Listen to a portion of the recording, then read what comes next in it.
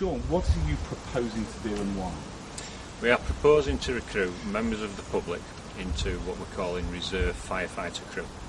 The reason we're doing that is that there is a potential that the Fire Brigade Union may go on strike somewhere around September.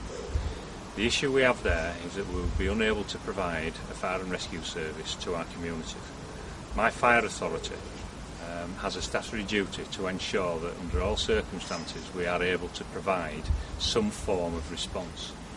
In past years when we've had an industrial dispute, the military have afforded protection through Green Goddess provision. Unfortunately, that is no longer available to us as a fire and rescue service. So we must put things in place to meet our statutory duties. And some of those things are just ensuring that we have a first aid basic level of response to incidents when people need us. That sounds a bit dangerous, though, for the members of the public that are coming and I'm sure you'll have lots of people who want to do it, because you're always inundated with people who want to be firefighters, aren't you, when you recruit. But isn't that a little dangerous for members of the public? It's a very dangerous job to be a firefighter. It is a dangerous job, but I am pleased to say that in Derbyshire we do take health and safety extremely seriously. We will ensure that any members of the public who put themselves forward to do this kind of work will receive 2 weeks training. Now that's not a lot in comparison to what my current firefighters receive, but it is just to do basic provision. It is not to provide the same level of service that the communities of Derbyshire currently receive. Therefore, we will put risk control measures in place. It will be very much a defensive role, preventing fire from spreading. But if there is a dispute and people do take industrial action, then what we've got to ensure is that our communities are fully aware that they will get a response, but it's not the level that they are accustomed to. And we would ask the communities in that event that they become extra vigilant, because history tells us that when there has been industrial disputes, the communities do take it very seriously, and the number of incidents that we actually respond to drops dramatically. So they won't be going into burning buildings and pulling out people, which your staff do at the moment. We would certainly be asking that the community themselves take on a level of responsibility, and that they do make sure that they are safe in their own home, and that as long as they can get out in the event of a fire, then certainly we will have personnel there who are able to put water onto that fire. But what we mustn't forget is that I do have members of the service who are not in the Fire Brigade Union who will be available for work. So it will be a mixed response. So I will have people who are used to going into burning buildings, but I'll also have people who are there to assist and provide that extra capacity that's required at a moment of emergency. Do you feel comfortable having members of the public with only a certain amount of training responding to very dangerous situations? I mean, I know you feel you say you have a statutory responsibility to do it, but do you feel comfortable with that, or do you just feel this is a desperate measure in a desperate circumstance? I wouldn't say it's a desperate measure, but actually what we've got to do is ensure that we do provide some level of cover. Now, as to do I feel comfortable, I'm absolutely confident that the personnel that I have which will provide the instruction are amongst the best in the country, and actually they are already responsible for training of my existing personnel.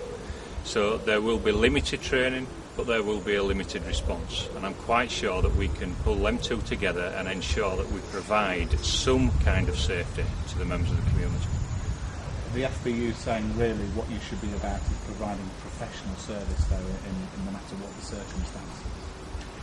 That's right, and I would agree with that. But unfortunately, if the FBU do take industrial action, I'm no longer left with a service.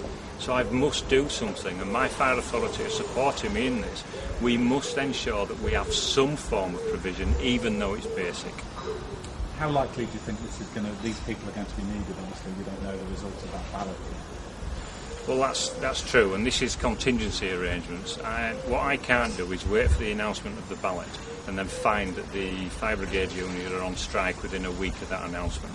What I must do is ensure that I have plans in place. I hope that the Executive Council of the Fire Brigade Union and the Fire Minister and his advisors can get together before the end of August and resolve this, so it means that we don't have to put this contingency into place. Is this are you trying to force their hand and not go on strike? Is this a ploy to try and prevent them from striking? What we can do about it? Absolutely not.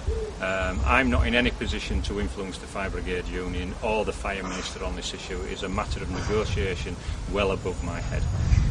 What I've got to do as the Chief Fire Officer is ensure that the Fire Authority take every opportunity they can to meet the statutory functions that they have to provide, and that's all I'm doing. You're asking for the public's help. What do you feel the perception of the public will be to you? So you worried that it might damage your professional reputation in some respect? Because you get these sort of, I know you have retained firefighters, but these will be very much amateur firefighters, won't they? There will be a first line response, basic response. But when the public, I have a duty to ensure that they are protected, and I've got to do that by whatever means. I campaign heavily on domestic sprinklers. That's not something that we have to do, but it's the right thing to do to make people safe. And clearly it's the right thing to do to have some kind of response if people need it. What response have you had so far when the lines haven't been open very long? What response have you had? Well, the lines will open in the morning at 8 o'clock on a Derby number, which is 77017. And if people are interested, they can go on our website. If they just go on a search engine and search Derbyshire Fire and Rescue, they will find all the details that they need. We have had already a number of people ring in through our reception asking what to do, and they are showing interest. We will see how we move forward. I'm hopeful that we will get some kind of solution, but what we've got to ensure as a fire service, and my commitment to the community, is to make them as safe as I possibly can with the resources I have. If I have no resources, I can't protect them from fire.